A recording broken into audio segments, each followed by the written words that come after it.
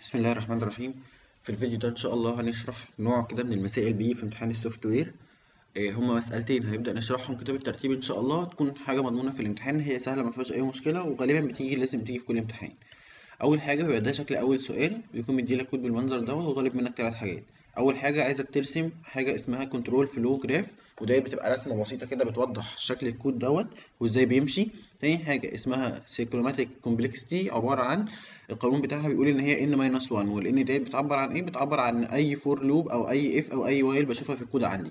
اخر حاجة ديزاين اتست كيس، عبارة عن جدول بسيط كده بيعبر فيه عن الباصز المتاحة عندي. طيب احنا اول حاجة عايزين نبدأ نشوفها هو ازاي هنرسم الكنترول فلو جراف. ماشي، انا عندي الكود بتاعي بالمنظر دوت. اول حاجة عندي السطر الاولاني فيه اف وفيه تلات قواعد عندي. جميل، يبقى انا عندي هنا هقدر اقول له اللي انا عندي status equal available هنسميها هنا 1A. عندي تاني حاجة اسمها status rented هنسميها 1B.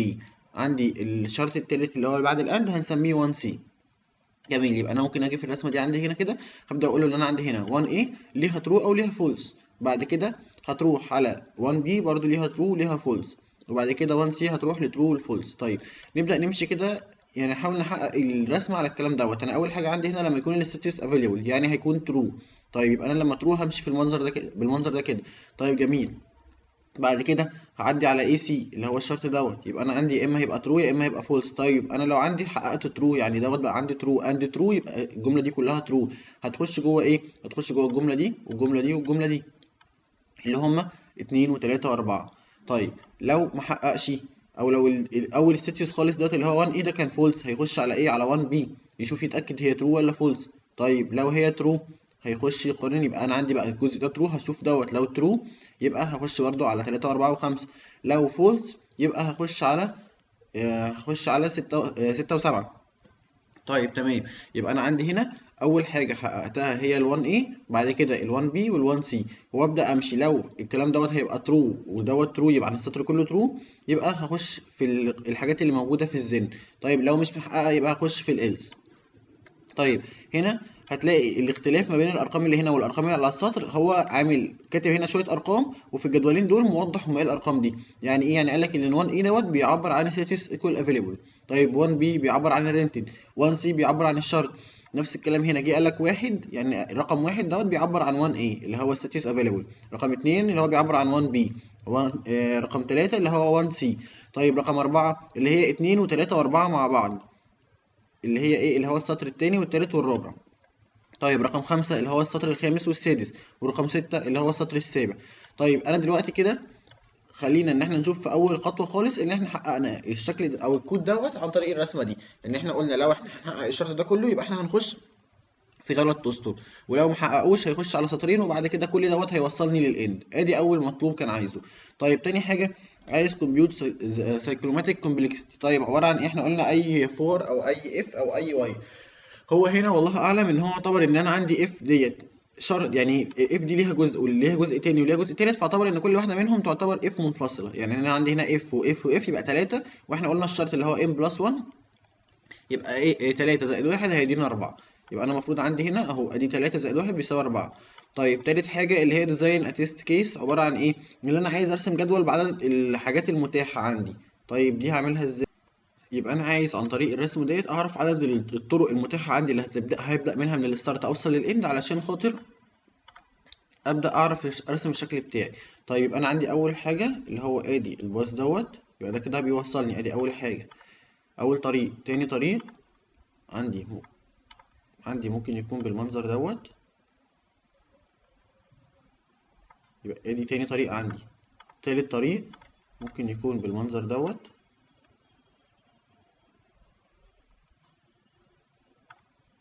رابع طريق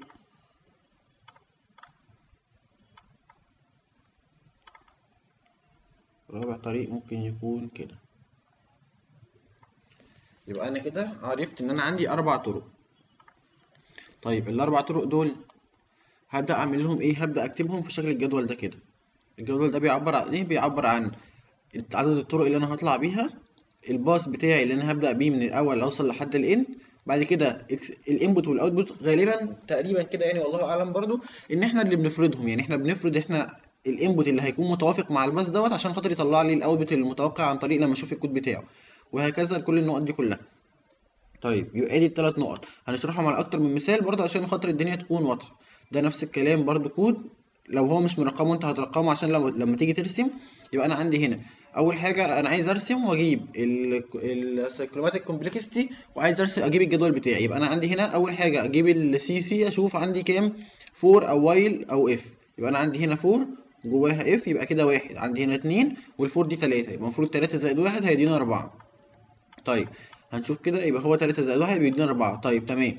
تاني حاجة اللي أنا عايز أرسم الرسمة بتاعتي، يبقى أنا عندي هنا أول حاجة اللي هو انت اي، يبقى أنا عندي الخطوة الأولى عملت الانت اي، بعد كده عملت لوكيشن اري سايز بلس 1، يبقى أنا حطيت له جملة 2 أهو، أنا هنا رقمت له الجمل اللي أنا هعملها. يبقى أنا عندي هنا أول واحدة الانت اي، بعد كده الفور، بعد الفور عندي هنا دخل على اف، يبقى هنا الخطوه الثالثه هتعبر عن الاف. كل حاجه يا اما بيبقى ليها ترو يا اما بيبقى ليها فولس. بعد الاف دخل على حاجه اسمها لوكيشن اوف اي. طيب بعد ما يخلص الاف ديت هيرجع للفور تاني لحد ما يخلص، وبعد كده يخش على 3 و4 ويرجع ل2 تاني لحد ما يخلص الفور. طب بعد ما يخلص الفور هيخش على الخطوه رقم 5. هنا الخطوه رقم 5 كانت فور اي بتساوي لوكيشن تو اري. جميل، يبقى انا عندي الخطوه هنا 5. بعد 5 هخش جوه الفور، يعني لو الفور ده ترو اتحقق يبقى انا هخش جوه اللي بعدها اللي هو الخطوه رقم 6. بعد كده هرجع للخمسه تاني واخش 6 لحد ما الفور لوب يخلص. بعد ما يخلص هخش على 7. طيب يبقى انا نفس الكلام، انا كده عملت حاجتين. تالت حاجه عايز اعرف الجدول بتاعي هيبقى ايه، هقعد اشوف كل الخطوط المتاحه عندي. يبقى انا عندي ممكن 1 2 5 7، ممكن 1 2 5 6 وبعد كده يرجع لخمسة تاني وبعد كده يطلع لسبعة، ممكن 1 2 3 4 وبعد كده بعد ما يرجع لاتنين يخش 5 6 7، أو 1 2 3 4 وبعد كده يرجع للاتنين تاني يخش 5 ويخش 7 على طول. يبقى أنا عندي هنا برضو 4 حاجات متاحة وأعملهم بنفس الجدول ده. الانبوت والاوتبوت انا مش فاكر الدكتور كان قايل عليهم ايه، بس غالبا كده ان احنا اللي بنفرض انبوت واوتبوت يكون متوافق مع الباص بتاعنا. يبقى ادي مسألة تانية، ادي كمان واحدة. عندي هنا أول حاجة برضه عشان أعرف السي سي بتاعتي هتبقى بكام، أول حاجة الفور أدي واحد، فور تانية أدي اتنين، الإف تلاتة، يبقى تلاتة زائد واحد بتساوي أربعة. يبقى المفروض عندي هنا مظبوط إن هي بأربعة. بعد كده عايز أرسم الرسمة ديت، عبارة عن ببدأ أرقم الحاجات المهمة عندي وأبدأ أكتبها. طيب جميل، بعد كده عايز اعرف الجدول بتاعي، يبقى انا نفس الكلام عن طريق الرسمه ديت هقعد اعدل الباص بتاعتي عشان خاطر اطلع الجدول. في الاخر خالص هو انا ما اعرفش في علاقه ما بين ان السايكروماتيك كومبلكسيتي عددهم هو لازم يكون الباص ولا لا، عشان حتى الان ان الرقم دوت لازم يكون هو اللي في الباص، فانا مش متاكد من ديت. فلو حد متاكد منها يبقى يقول في الكومنتات بحيث ان الحاجه تبقى واضحه للناس. اخر مساله عليها عباره عن حاجه بالشكل دوت. اول حاجه عشان اعرف عندي هنا السي سي بكام، يبقى انا هشوف اي وايل او فور او اف. يبقى انا عندي وايل ادي واحد، اف اتنين، يبقى انا ما عنديش اي اف تاني، يبقى انا عندي هنا كده او اي وايل او اي فور، يبقى انا عندي هنا اتنين زائد واحد بيساوي تلاته. طيب عايز ارسم الرسمه ديت، بشوف كل النقط المهمه وابدا ارقمها. يبقى انا هاجي هنا اقول له اول خطوه عندي، وبعد كده افضل ماشي بالترتيب. انا عندي هنا هاجي عند الخطوه رقم 3 دي فيها وايل، يعني الوايل ممكن يبقى ليها ترو او ليها فولس. يبقى انا عندي هنا ادي الترو بتاعها وادي الفولس بتاعها، ان هو لو ترو يبقى هيكمل، لو فولس يبقى هيخرج بره. بعد كده لقيت عندي اف نفس الكلام، اف عندي ليه ترو او فولس، يبقى انا عندي هنا يا اما هيبقى ترو يا اما هيبقى فولس. بعد كده يبقى انا جبت السي سي وجبت الرسمه بتاعتي، من الرسمه بتاعتي بشوف الباص بتاعي. وبرده هنا لقينا ان لما كان السي سي بتاعنا ب3 كان الباص بتاعنا برده ب3، وبتبدأ توصف له الشكل بتاعك. انت تمشي 1 2 3 وتطلع، او تمشي 1 2 3 4 5 وبعد كده تطلع، او تمشي 1 2 3 4 5 6 وبعد كده تطلع. فانت بتشوف على حسب ايه اللي انت ايه اللي موجود عندك او في الرسمه اللي انت هترسمها، وتقول البتاع الباص بتاعك. والانبوت والاوتبوت زي ما اتفقنا، انا مش متاكد بس غالبا هو انت بتفرض اي انبوت وتشوف لما تمشي الكود بتاعك عليه هيطلع لك اوتبوت هيكون بكام. يبقى ادي اول نوع من المسائل، بيكون طالب 3 حاجات. اول حاجه الرسمه، وديت ما بيبقاش ليها شكل محدد، ده زي ما انت شايفها بتحط الارقام المهمه على الكود بتاعك وتبدا ترسم. تاني حاجه السايكروماتيك كومبلكسيتي، عباره عن ايه؟ عباره عن ان القانون بتاعها بيقول لي ان بلس 1. طيب والان دي عباره عن ايه؟ اي فور او اي ويل او اي اف. وزي ما اتفقنا هنا في المساله كان جايب سطر واحد اف بس كان فيه 3 اجزاء، فهو غالبا اعتبر ان ال3 اجزاء دول كل واحده منهم جزء منفصل، فاعتبر ان انا عندي 3 اف. بعد كده الجدول الاخير بتاعي باجي على الرسمه، ومن الرسمه ديت ببدا اشوف عندي هنا هيبقى عندي كام باص يوصل لي من البدايه لحد النهايه. وغالبا ممكن يكون العدد الان او عدد السي سي هو عدد الخطوات اللي في الباص. ادي اول نوع من المسائل. طيب عندي حاجة تانية بتكون بالمنظر دوت كده، بيكون برضو مديك زي شوية كلام كده وانت بتبدأ ترسمه رسمة بسيطة، وبعد كده بيديلك حاجتين، حاجة اسمها equivalence class وحاجة اسمها boundary value analysis. انت بتشوف على حسب الكلام اللي مكتوب عندك هنا وتبدأ ترسم له الرسمة. انا عندي هنا قال لي ان انا مش عارف، عندي شوية حاجات كده الانبوت بتاعها بيكون من 0 ل 5000. طيب يبقى انا غالبا برسم حاجة بالمنظر ده كده وبقسمها له، بقول له ان انا عندي ديت كده الصفر ودي ال 5000.